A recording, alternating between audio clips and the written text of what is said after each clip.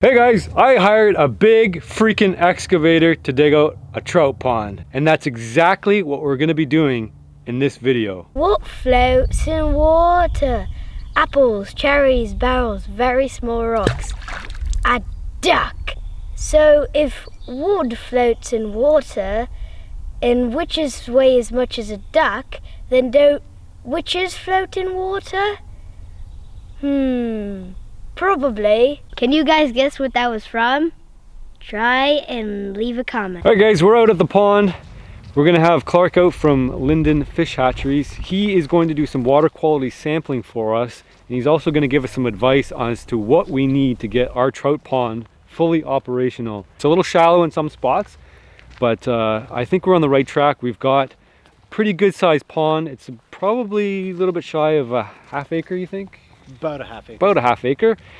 And but it's gravel based, it's got some water flow, but I'm pretty sure it's missing a few ingredients. Anyway, let's get to it. All right guys, this is a big project, and with a big project comes a big budget. Thankfully, we have a sponsor for this video. I'd like to introduce you to Rieck Shadow Legends. Forget everything you know about mobile games, because one of the most ambitious RPG projects of 2019 has just been released, and it's going to change everything. Introducing Rieck Shadow Legends. Rieck is the most immersive experience you'll find on a smartphone, and it can only really be compared with the biggest PC and console titles. And the best part? It's totally free. Rieck has all the features you'd expect from the brand new RPG title, like amazing storyline, awesome 3D graphics, giant boss fights, PvP battles, and hundreds of champions to collect and customize. But I never expected to get this level of performance out of a mobile game. Look how crazy the level of details are in these champions. Rieck's special launch tournament is happening right now, and it's getting real big, real fast. Go to the description of this video, download the game from only my links below, and you'll get 50,000 silver immediately. And here's the coolest part. You'll also be automatically entered into a special launch tournament where you can compete with me and other players for crazy in-game prizes and physical prize packs with collection edition figurines, power banks, t-shirts, and more. Winners are going to have the prizes delivered right to their house. Good luck, and I'll see you there. Drops off quick. Yeah, so that's... Oh yeah, like I said, there's always water there, and this is the beauty of it. One more step and I would have been, because that next step was going down quite a chunk. It's gravel right down. He's not going to sink anywhere. But I'd get, you see, you can get out on this other stuff. You got 30 or 40 feet right up through here. Once he gets over to here, he starts putting this gravel over on this side. Yeah. Of it, you see. He kind of has to swing and set it over here for a while. I don't know why that one little hole's in there. Somebody dug a little hole. Somebody dug a little hole in that. Get across here? Yeah. It's not too bad. I got the camera rolling, so yeah. It doesn't look bad through there. I'm more thinking about depth. It'll be close. If you go to the right here, stay away from the weed patches. The weeds are lower, I think. Yeah, it's walking down into it. You're still good. You're not even at your belt yet. Oh, I found the hole in my waders. No, I'm just kidding. Fill them up. You got about 10. Oh, I found a rock to 10, step 8. on. It's gonna be close. Oh, you're good. You're good. Until you hit the hole. Watch the hole. Oh, you're good. The whole sobel cut into her. You're getting shallower now. Oh, well, You made it. He might have been up in here rooting, but the more hell to go with the gravel. I don't know. I don't know what he did there. It's always been a hole. There's always been a hole here, though. Like the pit was dug back in 1950. All right, so we had the opportunity to test the water. Oxygen is in really good shape. Temperature is about 7.6, which is ideal for this time of year. For a pond, you want to make sure it doesn't get over 25 degrees Celsius in the summer. And if it does get that warm, you want to make sure you have flowing water and that you have enough depth for those fish to be able to go where it's deeper and colder. After 25 degrees Celsius, they can die if they stay in that temperature for a long period of time. If you don't have running water through your pond, it's important to consider aeration for oxygen in the summer, and in the winter when it's frozen over, they need to have some way for there to be air in that pond for the best survival and the hardest fighting fish, so they have the energy to pull on the end of your line. The amount of fish that you can put in a pond depends on the environment, but as a general rule, you can put about 250 fish per acre. That can be a little higher or lower depending on if you have water flow and how much depth is there. but that's a good general rule to follow when you're looking how to stock your pond and get the best value out of your real estate. In this pond specifically, I would say about 200 would be good where it is now. If you do some excavation, you could probably bring that up to about 300 fish. Everybody wants to know how big their fish will get. If I buy a 7-inch fish, when will it be catchable size of about a pound? This totally depends on nutrition. A good rule of thumb is if you stock with a 7-inch fish in May, you should have a 12-inch fish by October. And then after that, they'll just keep on growing. So the next year they'd be 16 inches long.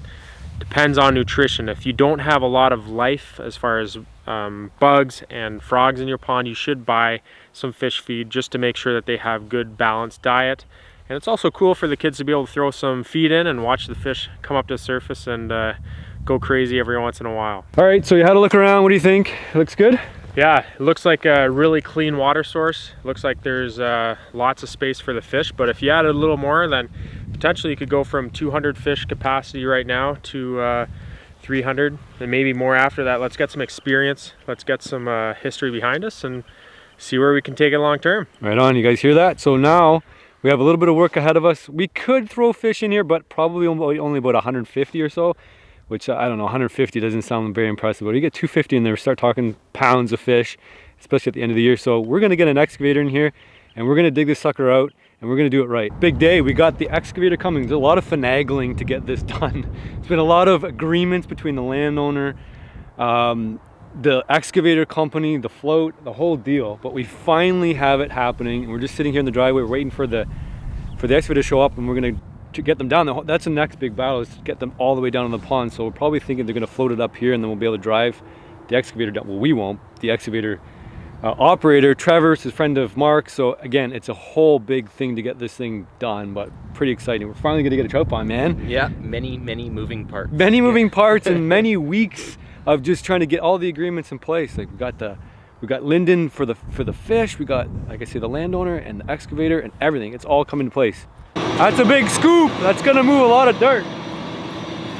It fit about 4 or 5 of me in one scoop. 4 or 5 in one scoop. The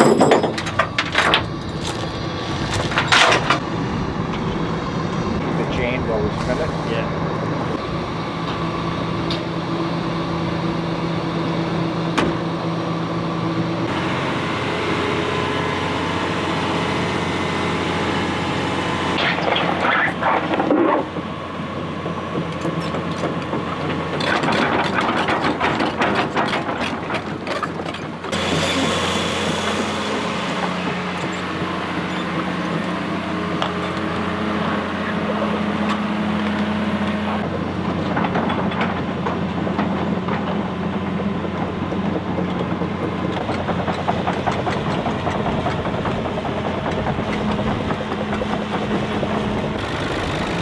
Got a big scoop. Yeah, that should do the job, you would think. Yeah. Mark her out of that. I don't know why he's fixing the road here now. Yeah.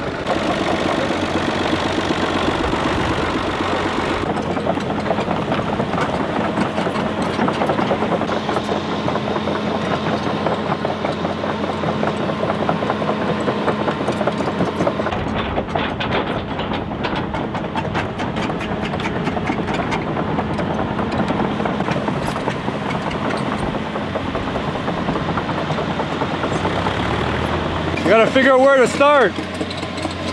They got Peter here, the landowner, he's gonna figure it out. My operator's got my other truck and half the stuff's in there. So this whole area is gonna get cleared out. We're gonna get all the trees so they can do the swing. So we can't salvage the trees here, unfortunately, but they're gonna grow back.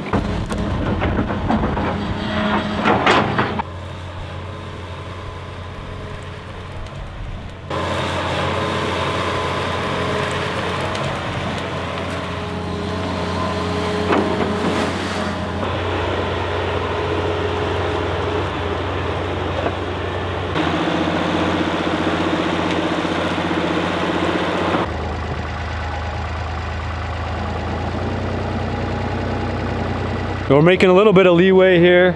Headway? Leeway? What's the word? Anyway, we're doing it. So this whole area behind me is, well, obviously there's trees along the edge, but this is the area of the pond that we want to expand, because it's right now it's only a few feet deep, but it's connected through a little bit of a channel on the other side, which has the main, let's call it the main pond. It's the area that's already been excavated. So if you excavate this side, we're basically doubling the size of the pond, which is exactly what we want to do, right? We double the size of the pond, we can double the size, the number of fish, and the productivity of the overall system. So he's just clawing back all the trees here, and then when that's all clawed back, then we can start actually excavating. So we've got Peter, the landowner, on the tractor. He's hauling out all the brush. Mark was just saying he feels kind of useless, and I got to agree. I feel kind of useless too, because there's not really a whole lot I can do except throw money at it. And it's just the scale of the project. It's not like you can shove a shovel in the ground and just end up with a pond. It's just not going to happen. So heavy machinery is the lesson here.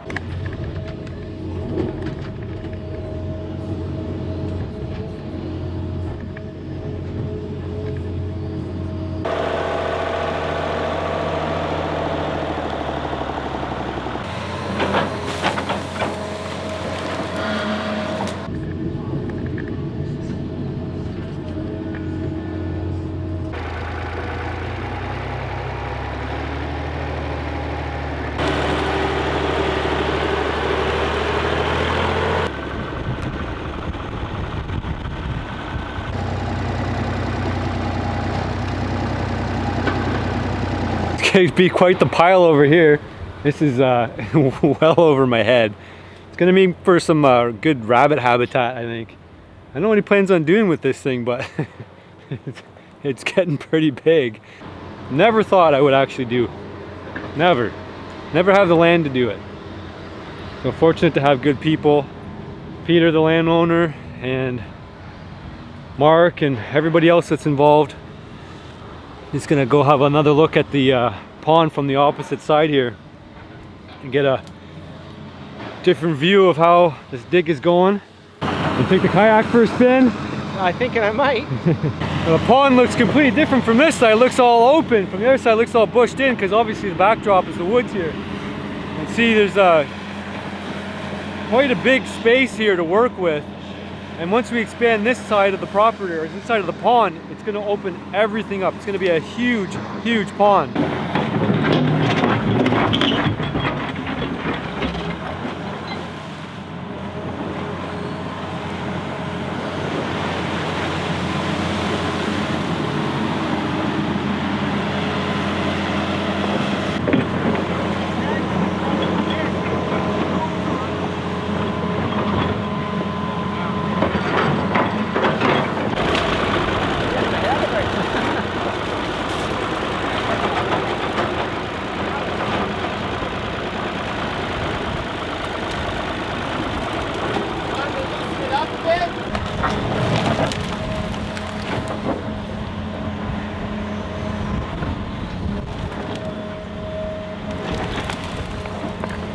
I went to go grab lunch for Trevor, the operator, and come back and all the trees are gone. There, you're on camera now.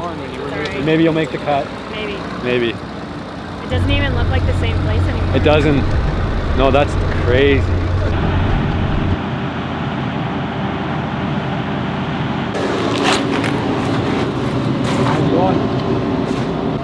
Is that the one that fell off?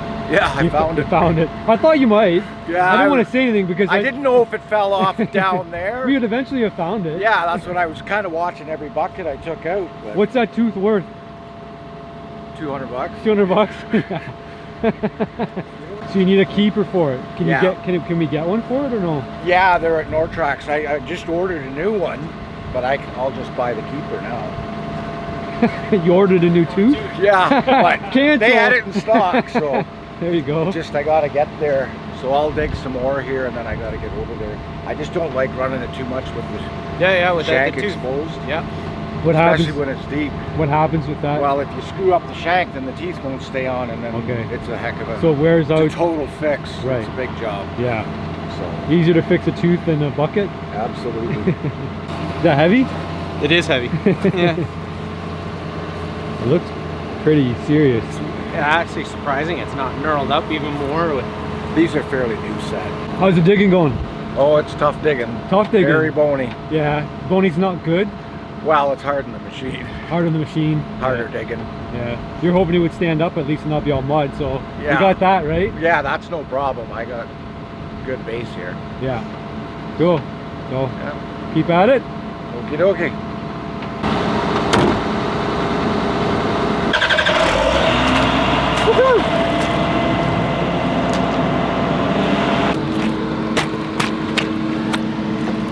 So that's Trevor. He obviously runs an excavating company. He does all sorts of excavating. So if you want an excavator in your local, let him know. But he'll dig foundations for new houses and new builds or whatever. Good guy and doing an excellent job already. So we just get to the point where we can do a lot of work and need a part.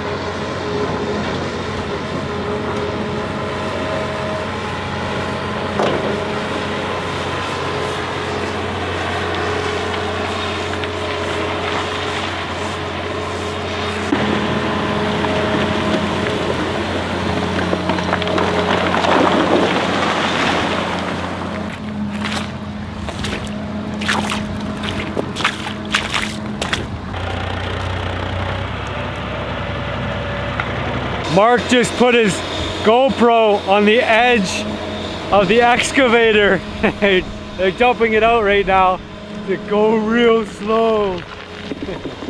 Looks like it survived. Oh, he's gonna try to dig with it. No, he's not. Oh, come on! Dig with it. He's trying to convince him to do it. He's gonna do it. Here it goes. We're going in the drink. You put a rope on it first. Gotta tie a rope to it first. Ah, he's not even dunking it. He's got a small scoop.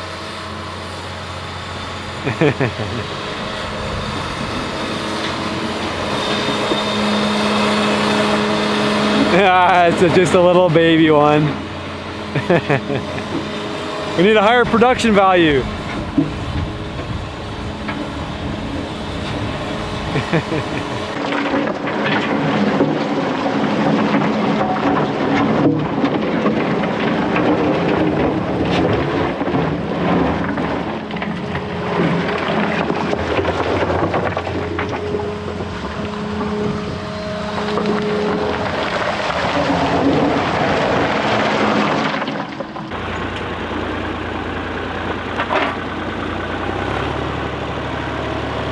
Like he's cutting pretty aggressively on the far side. Yeah, I wanted him to go along the tree line, because if he keeps it right along that tree line and it drops off significantly right at the edge, it'll keep critters from getting our fish.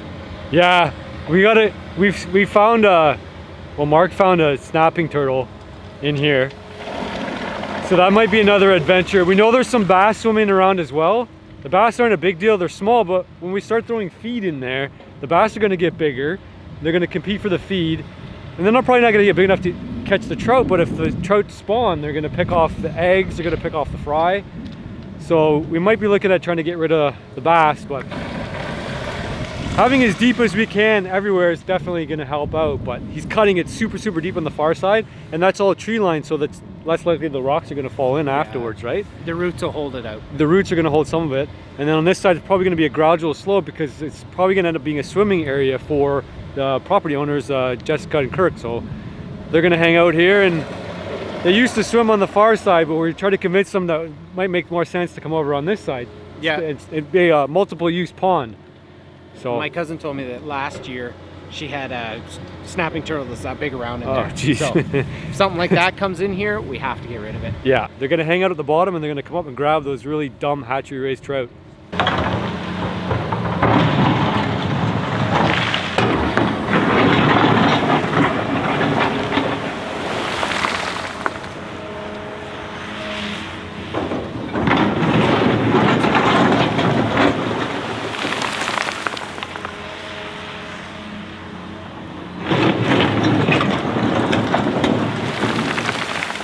Each scoop is probably about 1,000 pounds, 1,500 pounds of gravel each scoop.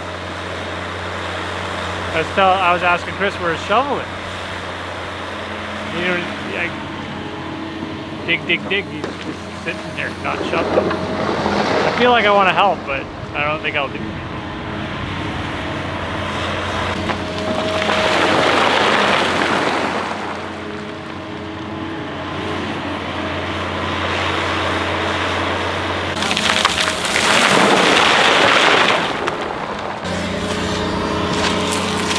What are you looking for? Fossils! I don't see any fossils. My special rock. I'm waiting for a chunk of gold to come out. I'm taking this one home with me. We're gonna sit up here. We know we're almost at the pay dirt. So as soon as a piece of gold flops out, we're gonna jump on it. Whoever gets it first wins. But just stay here. This is how we do the gold rush in Ontario. There's no gold. But it just sits right below the gravel, right on top of the shale. Just looking for that shimmer. It would help if the sun was out, then we could tell what was going on. No gold yet. Want that 1 pound nugget. And we'll call it a quit. Pay for the excavator.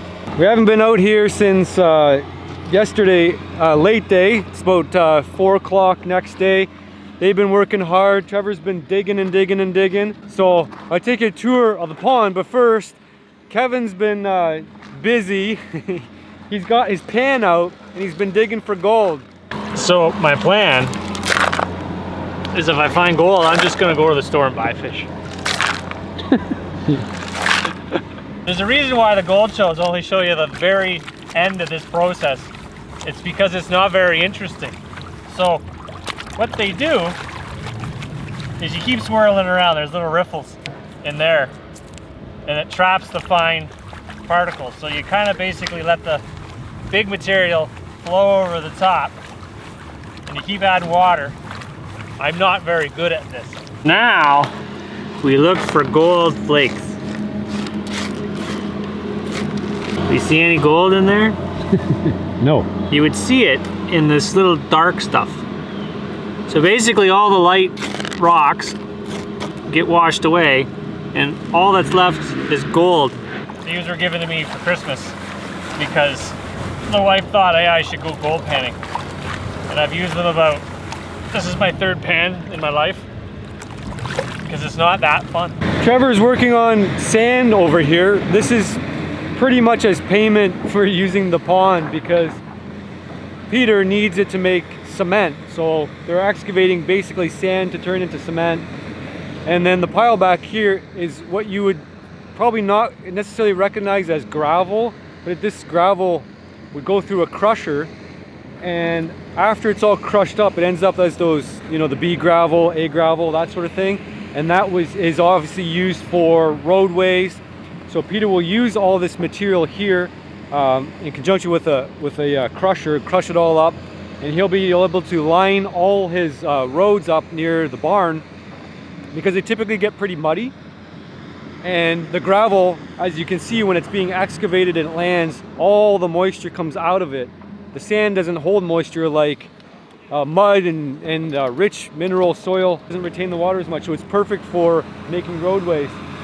So anyway, that section of there is going to be a little bit on the muddier side, but it's being used for purpose. So that's basically to pay our debt to use the land. So that was really what Peter wanted in exchange for us being able to put fish in here. So I can say it's a bunch of agreements that we've made in order to get this thing done. And Trevor's helping us donate his time because he's interested in having some place to come fish with his kids.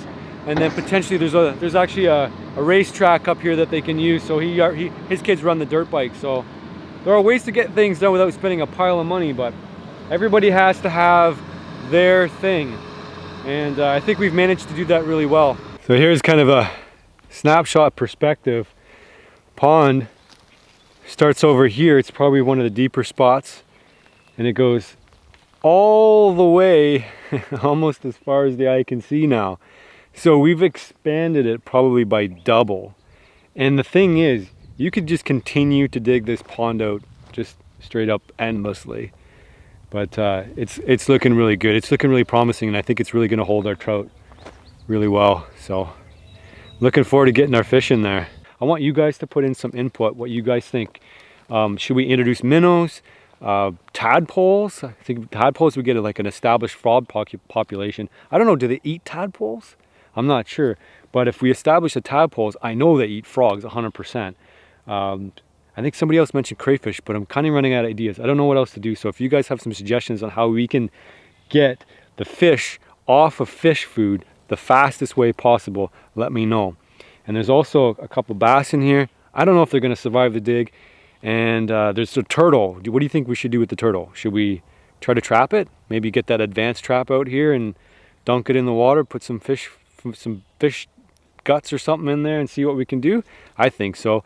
But you let me know what you think we should do.